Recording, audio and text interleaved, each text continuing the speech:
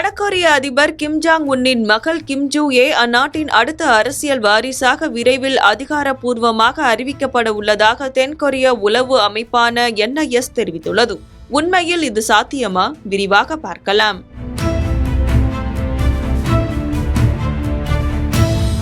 வடகொரியாவுக்கும் தென்கொரியாவுக்கும் 7ஆம் பொருத்தம்தான்.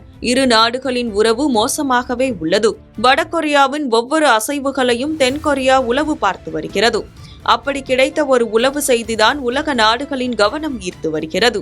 தென்கொரிய நாடாளுமன்ற குழுவிடம் உளவு அமைப்பான NIS தாக்கம் செய்த அறிக்கையில் சுமார் 13 வயதே ஆகும் வடகொரிய அதிபர் கிம் ஜாங் உன்னின் மகள் கிம் ஜூ ஏ அடுத்த அரசியல் வாரிசு ஆவதற்கான பயிற்சிகளை முடித்துவிட்டதாக கூறப்பட்டுள்ளது.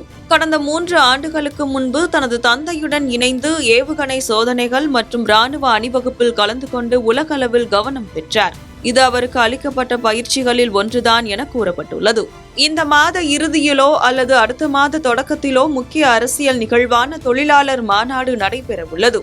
இந்த மாநாட்டில் கிம் ஜூ ஏவுக்கு முக்கிய பொறுப்புகள் வழங்கப்படலாம் என்றும் அடுத்த அதிபர் அவர்தான் என்ற மறைமுக அறிவிப்பு வரலாம் என எதிர்பார்க்கப்படுகிறது. தனது தந்தையின் மறைவால் 26 வயதிலேயே ஆட்சிக்கு வந்த கிம் ஜாங் உன் தனது மகளை இளம் வயதிலேயே அரசியலில் புகுத்தி அடுத்த ஆட்சிக்கான அடித்தளத்தை போட்டு வரும் சம்பவம் உலக நாடுகளின் கவனம் ஈர்த்து வருகிறது.